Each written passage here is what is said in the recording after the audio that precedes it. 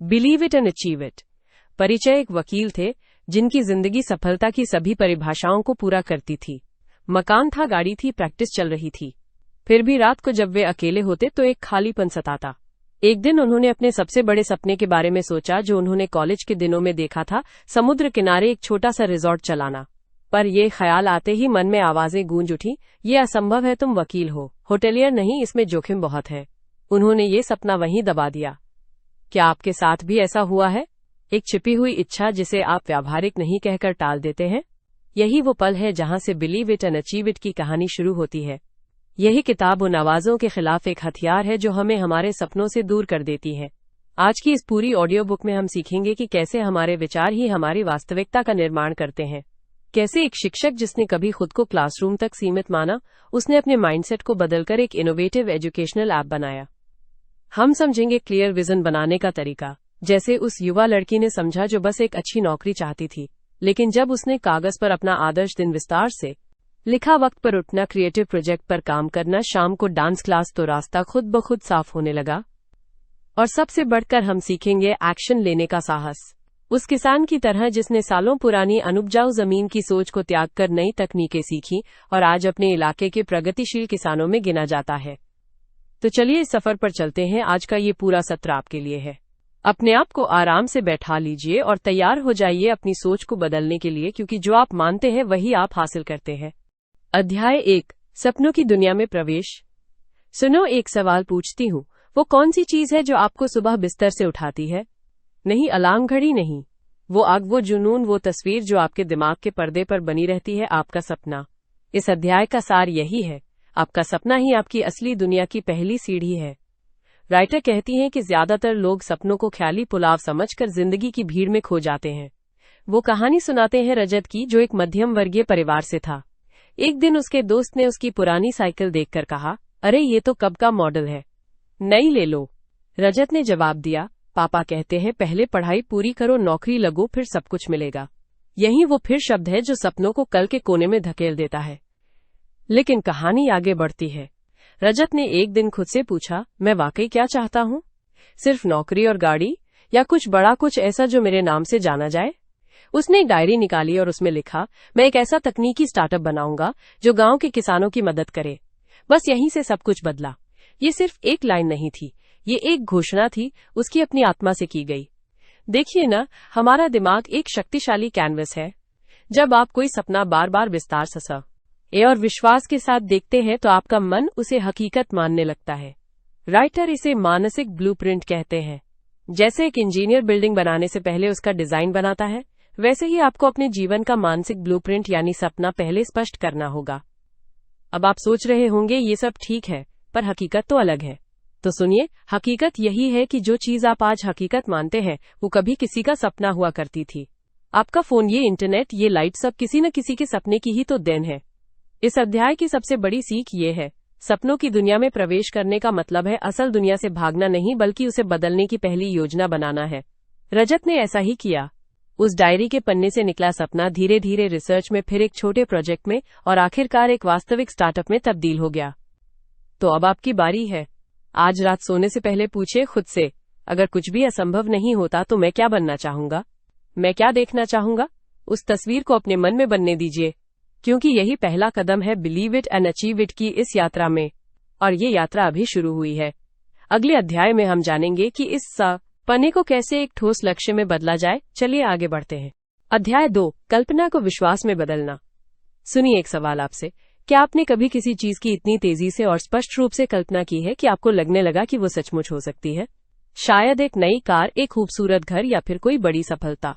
यही वो पल है जब जादू शुरू होता है। यह अध्याय हमें बताता है कि सिर्फ कल्पना करने से कुछ नहीं होता, जब तक कि वो कल्पना एक दृढ़ विश्वास में न बदल जाए।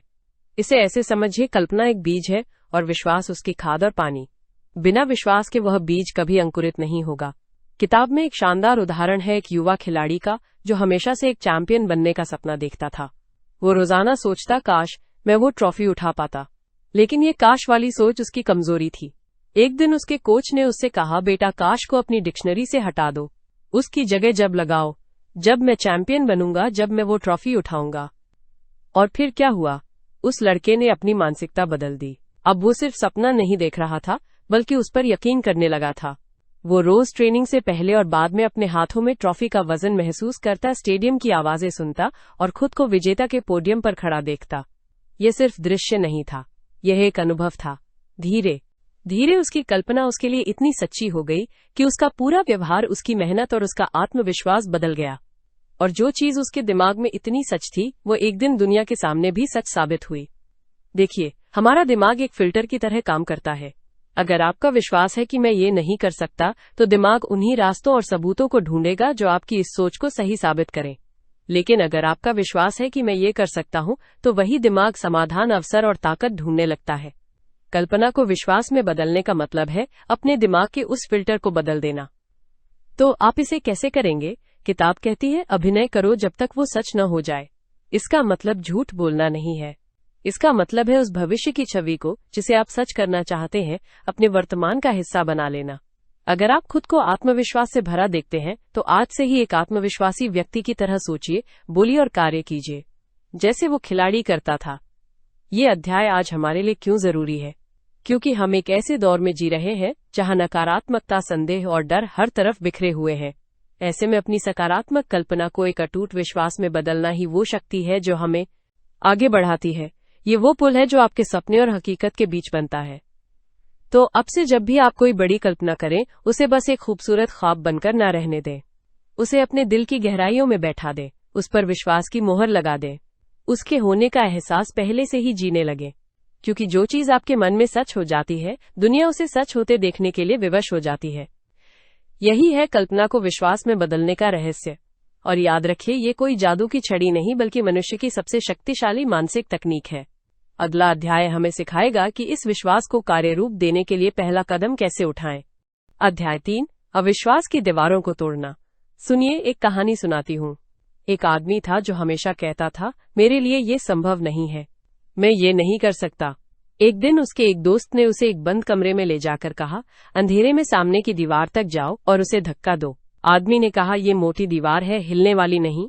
फिर भी दोस्त के जोर देने पर उसने धक्का दिया और पाया कि दरअसल वो दीवार महज एक भारी पर्दा था जो हल्के से धक्के पर हट गया। यही है अविश्वास की दीवार, देखने में पत्थर जैसी मजबूत, असल में महज एक भ्रम। इस अध्याय की मुख्य बात यह है, हमारी सबसे बड़ी रुकावटें बाहर नहीं, हमारे अंदर होती हैं। ये वो आवाजें हैं जो चुपके से कहती हैं, तुमसे नहीं होगा, तुम्हारी औकात नहीं, खतरा है, रुक जाओ। पुस्तक में एक शक्तिशाली उदाहरण है, एक ऐसे व्यक्ति का जो सारी जिंदगी में गणित में कमजोर हूं, इस विश्वास से जकड़ा रहा। एक शिक्षक ने उससे पूछा, क्या तुमने कभी विश्वास के साथ गणित सीखने की कोशिश की या सिर्फ डर के साथ याद किया? ये सवाल ही उसके लिए खिड़की बन गया। असल में हमारा दिमाग एक सुरक्षा गार्ड की तरह काम करता है। नया अनजाना देखते ही वो चिल्लाता है, अरे यहां मत जाओ, पहले भी तकलीफ हुई थी ना। ये डर हमें बचाने के लिए है, लेकिन अक्सर ये हमें बढ़ने से रोक देता है। जैसे एक बच्चा गिरने के डर से कभी चलना नहीं सीख पाए। तो फिर इन दीवारों को कैसे तोड़े? पुस्तक 3 सरल कदम बताती है। पहचानो, सबसे पहले उस आवाज को पहचानो। जब भी कोई नया विचार आए और मन में तुरंत नहीं की आवाज आए, रुक जाओ। पूछो, क्या ये सच है या सिर्फ मेरा पुराना डर है? जैसे कोई दोस्त कहे, तुम अपना बिजनेस शुरू करो, और तुरंत दिमाग कहे, नहीं, बहुत जोखिम है। यही वो पल है रुकने और पहचानने का। चुनौती 2, उस विश्वास को सबूत मांगो। अगर आवाज कह रही है तुम्हारे पास संसाधन नहीं है, तो सच्चाई से पूछो, क्या सचमुच एक भी संसाधन नहीं है, या मैं सिर्फ शुरुआत के रास्ते नहीं देख पा रहा? पुस्तक में एक महिला का जिक्र है जो सोचती थी कि उसके पास नेटवर्क नहीं है। जब उसने लिस्ट बनाई तो पाया कि 10 ऐसे लोग हैं जो उसकी मदद कर सकते थे। दीवार टूटने लगी।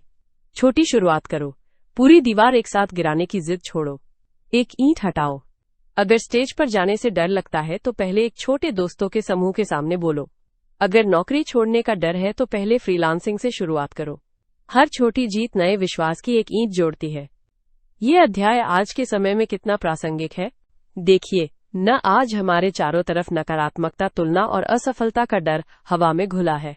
सोशल मीडिया हमें दिखाता है कि बाकी सब कितने सफल हैं, और हमारी अविश्वास की आवाज और तेज हो जाती है, तुम उन जैसे नहीं हो सकते। लेकिन याद रखिए, जिसने भी कुछ बड़ा हासिल किया है, चाहे वो कोई एथलीट हो, उद्यमी हो या कलाकार, उसने सबसे पहले अपने अंदर की नहीं कहने वाली आवाज को हाँ में बदला है। उनकी सफलता का राज उनकी प्रतिभा से पहले उनके विश्वास में छिपा है। तो आपसे एक सवाल, आपकी सबसे ऊंची दीवार कौन सी है? क्या वो ये है कि मैं पर्याप्त शिक्षित नहीं हूं, या मेरी उम्र हो गई है, या मेरे पास समय नहीं है? उस दीवार के पास जाइए, उसे हल्का सा धक्का दीजिए। हो सकता है वो भारी पर्दा ही निकले जिसे आपने सालों से पत्थर समझ रखा था। अगला कदम बढ़ाने से पहले बस अपने अंदर की आवाज से पूछ लीजिएगा, क्या ये सच है या सिर्फ एक पुराना डर? क्योंकि जिस दिन आप अपने अविश्वास की एक ईंट हटाते हैं, उस दिन आपकी मंजिल एक कदम नजदीक आ जाती है। और यही यात्रा अगले अध्याय लक्ष्यों को पंख लगाना की तैयारी है। अध्याय 4, छोटी शुरुआतों से बड़ी जीत तक। सुनिए, मैं आपसे एक सीधा सवाल पूछती हूँ, क्या आपने कभी एक पहाड़ को एक बार में उठाने की कोशिश की है? नहीं ना? लेकिन एक एक पत्थर चुनकर एक छोटी सी झोपड़ी से शुरुआत करके लोगों ने ताजमहल जैसे अजूबे खड़े कर दिए। यही इस अध्याय की आत्मा है। इस अध्याय में एक बहुत गहरी बात बताई गई है जिसे हम अक्सर भूल जाते हैं। हम सोचते हैं कि सफलता एक बड़ी भव्य घटना है, एक ऐसा विस्फोट जो रातों रात हो जाता है। लेकिन किताब हमें याद दिलाती है, नहीं, असली जादू तो छोटे छोटे लगातार कदमों में छुपा होता है। एक रोचक उदाहरण यहाँ दिया गया है, एक लेखक का जो हर दिन सिर्फ एक पैराग्राफ लिखने का लक्ष्य रखता था। बस एक। कुछ दिन तो वो बस इतना ही लिख पाता, पर कई दिन एक पैराग्राफ लिखने बैठा तो प्रवाह आ गया और पन्नों के पन्ने भर दिए। साल के अंत तक उसके पास एक पूरी पुस्तक का मसौदा तैयार था। उसने अपने दोस्त से कहा, मैंने किताब नहीं लिखी, मैंने रोज एक पैराग्राफ लिखा। फर्क समझ में आया? बड़ा लक्ष्य दिमाग को सुन्न कर देता है, पर छोटा कदम उसे आमंत्रित करता है। किताब एक और शक्तिशाली संवाद साझा करती है। एक युवा उद्यमी अपने मेंटर से पूछता है, मैं 1 करोड़पति कैसे बनूं?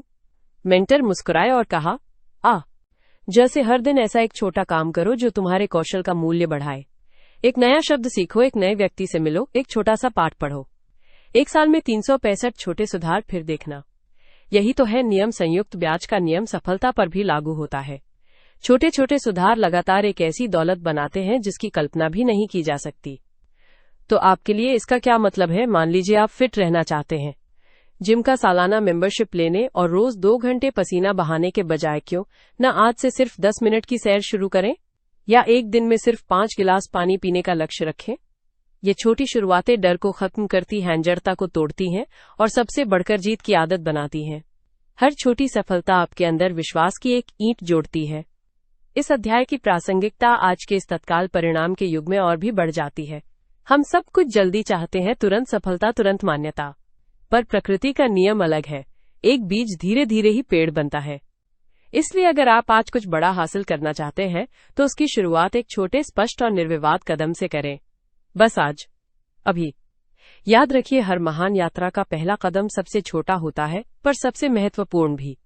तो वो कदम उठाइए, फिर एक और देखते देखते आप उन छोटी शुरुआतों की एक लंबी कतार देखेंगे जो आपको एक बड़ी शानदार जीत तक ले गई है। अध्याय 5, रास्ते में आने वाली चुनौतियों का सामना। दोस्तों, क्या आपने कभी सोचा है कि जब आप कोई नया लक्ष्य बनाते हैं तो रास्ता इतना आसान क्यों नहीं होता? क्यों हर कोशिश के साथ कोई न कोई अड़चन आकर खड़ी हो जाती है? ऐसा लगता है जैसे ब्रह्मांड ही हमारी परीक्षा ले रहा हो। मान लीजिए आपने तय किया कि सुबह 5 बजे उठकर 1 घंटा व्यायाम करेंगे। पहले दिन अलार्म बजा, आप उठे, एक अच्छी शुरुआत हुई। दूसरे दिन भी ठीक रहा, पर तीसरे दिन रात को नींद नहीं आई। सुबह बिस्तर इतना आरामदायक लगा कि मन ने कहा कल से शुरू करेंगे। यही एक छोटी सी चुनौती आपके सामने आ गई। यही वो पल है जो तय करता है कि आपकी आदत बनेगी या टूटेगी। इस अध्याय में एक शानदार उदाहरण है रिया का, जिसने अपना छोटा सा ऑनलाइन बुटीक शुरू किया था। शुरुआत जबरदस्त रही, लेकिन फिर एक ग्राहक ने गलत प्रोडक्ट मिलने की शिकायत कर दी और सोशल मीडिया पर बुरी तरह रिव्यू लिख दिया। रिया घबरा गई। उसका पहला विचार था, जवाब दो, बहस करो, साबित करो कि तुम गलत नहीं हो। पर फिर उसने ये अध्याय याद किया। उसने उस ग्राहक से सीधे संपर्क किया और कहा, मैडम, मुझे आपकी परेशानी के बारे में जानकर बहुत दुख हुआ। मैं इसे सुधारना चाहती हूँ। उसने न सिर्फ प्रोडक्ट बदलकर भेजा, बल्कि एक छोटा सा तोहफा भी दिया। हैरानी की बात, वही ग्राहक आज उसकी सबसे बड़ी प्रशंसक है और नए ग्राहकों को रेफर करती है। देखा आपने, चुनौती एक दीवार नहीं, एक दरवाजा थी। बस उसे खोलने का तरीका अलग था। किताब हमें बताती है कि चुनौतियां 2 तरह की होती हैं, बाहरी और भीतरी। बाहरी चुनौतियां हैं जैसे समय की कमी, संसाधनों का अभाव, लोगों का नकारात्मक रवैया। और भीतरी चुनौतियां हैं डर, आलस्य, असफलता का भय और वो छोटी सी आवाज जो बार बार कहती है तुमसे नहीं हो पाएगा। इनसे निपटने का मंत्र है, समस्या को देखो, उससे घबराओ नहीं, उसे तोड़ो छोटे छोटे टुकड़ों में। अगर कोई बड़ा प्रोजेक्ट डेडलाइन के कारण तनावपूर्ण लग रहा है तो उसे दैनिक छोटे छोटे कार्यों में बांट लो। हर दिन एक पन्ना, एक कॉल, एक डिजाइन। धीरे धीरे पहाड़ भी रास्ता दे देता है। और सबसे बड़ी बात, असफलता को अंत नहीं, फीडबैक मानो। एक इंजीनियर स्टूडेंट का उदाहरण याद आता है। उसने एक प्रोजेक्ट में 3 बार असफलता देखी। हर बार टीचर ने उसके कोड में गलती बताई। वो निराश हो सकता था, पर उसने हर असफल प्रयास से एक नई चीज सीखी। चौथी बार उसने न सिर्फ प्रोजेक्ट पूरा किया, बल्कि उसका सॉल्यूशन इतना इनोवेटिव था कि उसे एक बड़ी कंपनी में इंटर्नशिप मिल गई। उसकी असफलताएं ही उसकी सीढ़ियां बन गईं। तो आपसे अनुरोध है, अगली बार जब कोई चुनौती सामने आए तो एक पल रुकिए, गहरी सांस लीजिए और खुद से पूछिए, ये चुनौती मुझे क्या सिखाने आई है? इस एक घटना ने मेरा जो नक्शा बनाया है, क्या मैं उसे बदल सकता हूं? क्योंकि याद रखिए, समुद्र सबसे शांत तभी होता है जब कोई हवा नहीं चल रही, लेकिन नाविक बनते हैं तूफानों में ही। आपकी यात्रा में आने वाली हर चुनौती आपको एक बेहतर नाविक बना रही है। इन्हें रोके नहीं, अपनी ताकत बनाइए। अगला अध्याय हम बात करेंगे उस दृढ़ संकल्प की जो इन चुनौतियों को पार करने का असली ईंधन है। तब तक के लिए सोचिए कि आपने अब तक जो बाधाएं पार की हैं वे आपकी ताकत का प्रमाण पत्र है। अध्याय 6, सकारात्मक लोगों का साथ। आपने कभी गौर किया है कि अगर आप एक शिकायत करने वाले दोस्त के साथ 10 मिनट बिता लें तो आपकी अपनी ऊर्जा कैसे निचुड़ जाती है? और वहीं अगर आप किसी ऐसे व्यक्ति के साथ समय बिताएं जो समाधान ढूंढता है और हर स्थिति में अवसर देखता है, तो आप कैसे प्रेरित महसूस करते हैं? यही इस अध्याय का मूल मंत्र है। याद कीजिए उस कहानी को जहां राइटर अपने 2 दोस्तों राज और अमित के साथ एक ही बिजनेस आइडिया पर चर्चा करता है। राज का पहला जवाब था, ये तो बहुत जोखिम भरा है, बाजार ठीक नहीं है, नुकसान हो सकता है। वहीं अमित ने कहा, वाह, ये तो बढ़िया विचार है, चलो हम इसे शुरू करने के तरीके खोजते हैं और देखते हैं कि पहला छोटा कदम क्या हो सकता है। सुनकर ही आप महसूस कर सकते हैं कि किस संवाद ने राइटर को ऊर्जा दी होगी। इस अध्याय में एक शक्तिशाली सादृश्य दिया गया है। आप उन 5 लोगों का औसत हैं जिनके साथ आप सबसे अधिक समय बिताते हैं। सोचिए, अगर आपके आसपास के 5 लोग हमेशा डरे सहमे, नकारात्मक और टालमटोल करने वाले हैं, तो आपकी सोच पर उसका क्या असर पड़ेगा? और अगर वे लोग उत्साही, जिम्मेदार और कुछ बनने की चाह रखने वाले हैं तो? राइटर एक और दिलचस्प प्रयोग बताते हैं। उन्होंने 1 हफ्ते के लिए अपने आसपास के लोगों की बातचीत पर नजर रखी और उन्हें 2 श्रेणियों में बांटा, ड्रेनेज और रेडियंस।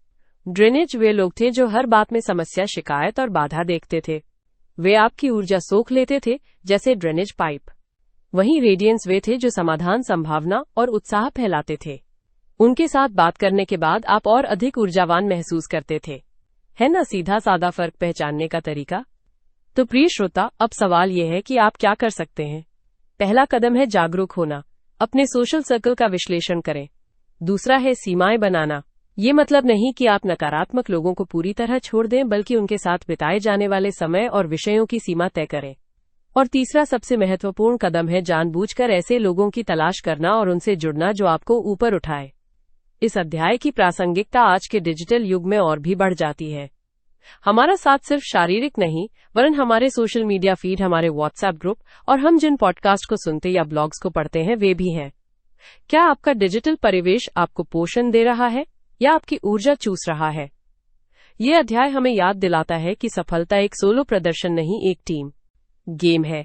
आपका परिवेश आपका अनदेखा कोच है।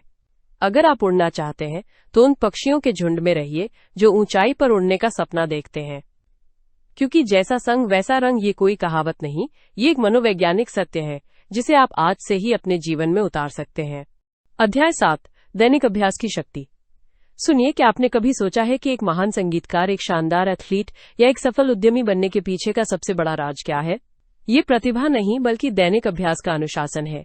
ये अध्याय आपको वो मंत्र देने वाला है जो आपके सपनों और उनकी सिद्धि के बीच की खाई को पाट देगा। मान लीजिए आप एक दिन में 1000 शब्द लिखना चाहते हैं। आप सोचते हैं कल से शुरू करूंगा, फिर कल, परसों जरूर, और ऐसे ही कल का ये सिलसिला चल निकलता है। किताब में एक शख्स का उदाहरण है, राज, जो उपन्यास लिखना चाहता था। वो हर रविवार पूरा दिन लिखने की योजना बनाता, लेकिन काम, थकान और टालमटोल के चलते कभी शुरू ही नहीं कर पाता।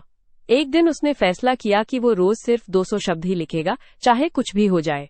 ये इतना छोटा लक्ष्य था कि इसे टालना मुश्किल था। 6 महीने बाद उसके पास 36,000 शब्दों का एक मसौदा तैयार था।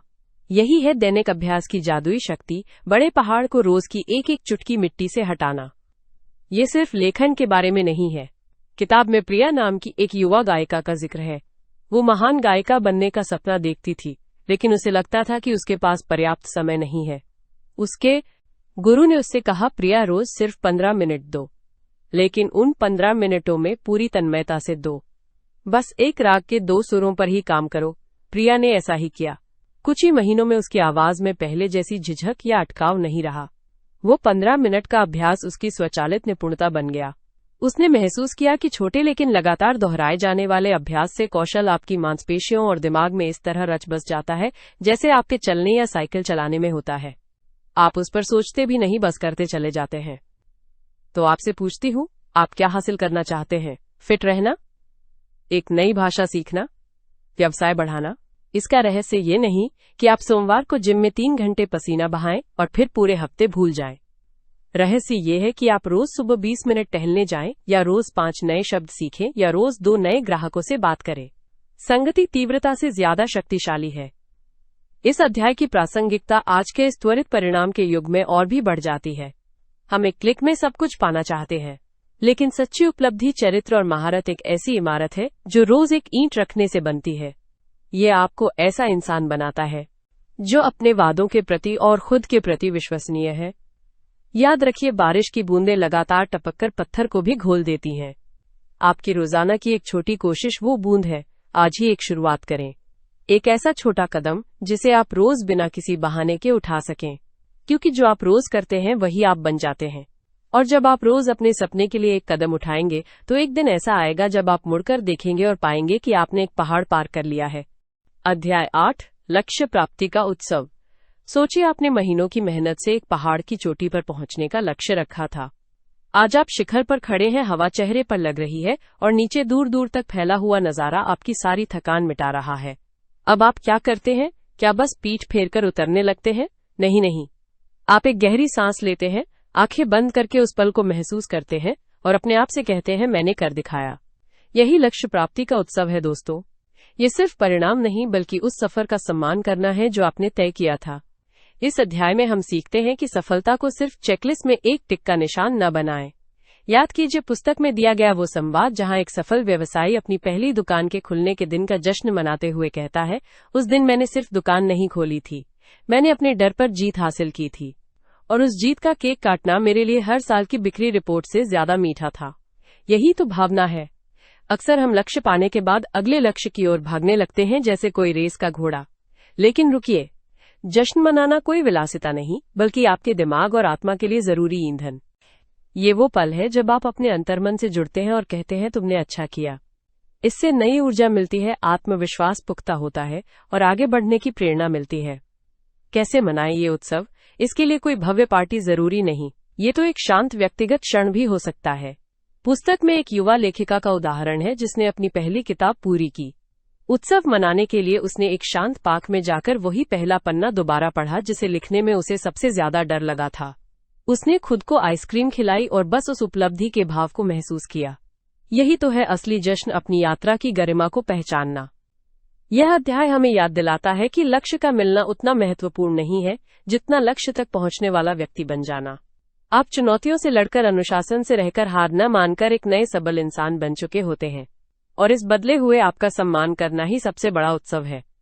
तो अगली बार जब आप कोई छोटा बड़ा लक्ष्य हासिल करें तो उस पल को रोकिए, थमिए, गहरी सांस लीजिए, खुद की पीठ थपथपाइए, एक कप चाय का आनंद उस उपलब्धि के नाम कीजिए, क्योंकि ये उत्सव ही आपकी अगली यात्रा के लिए वो दीप स्तंभ है जो हमेशा याद दिलाता रहेगा, तुम कर सकते हो क्योंकि तुमने पहले भी किया है। यही believe it and achieve it की आखिरी और सबसे मधुर सीख है।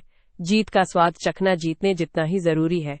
अब आगे बढ़िए, नए सपने देखिए, लेकिन अपनी हर जीत का जश्न मनाना कभी न भूलिए, क्योंकि आपका सफर ही आपकी सबसे बड़ी उपलब्धि है। Believe it and achieve it. समापन। अरे वाह, आपने तो सचमुच ये पूरी किताब एक ही दिन में सुन ली। मानिए नहीं मानिए, लेकिन आपने अभी अभी खुद को एक नई मानसिक मशीन में अपग्रेड कर लिया है। याद कीजिए वो कहानी जब ब्रायन ने अपने दोस्त को उस पुरानी जंग लगी साइकिल से चैंपियनशिप जीतने का सपना दिखाया था। उसने कहा था ना, सपना देखो फिर उसे हकीकत बनाने का रास्ता खोजो। यही तो है इस पूरी किताब का दिल। विश्वास करो और हासिल करो। ये कोई नारा नहीं, बल्कि एक ब्लूप्रिंट है।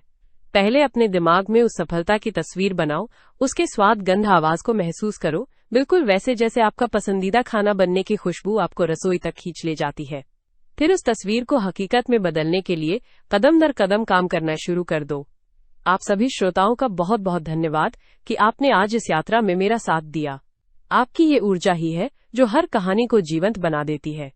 और हाँ, अगली किताब में मिलते हैं वीजे बुक वाला के साथ। सुनने के लिए बहुत बहुत धन्यवाद। अगर आपको ये सफर पसंद आया तो चैनल को सब्सक्राइब जरूर करें और इस ऑडियो बुक को लाइक और शेयर करें ताकि और लोग भी इस जादू को महसूस कर सकें।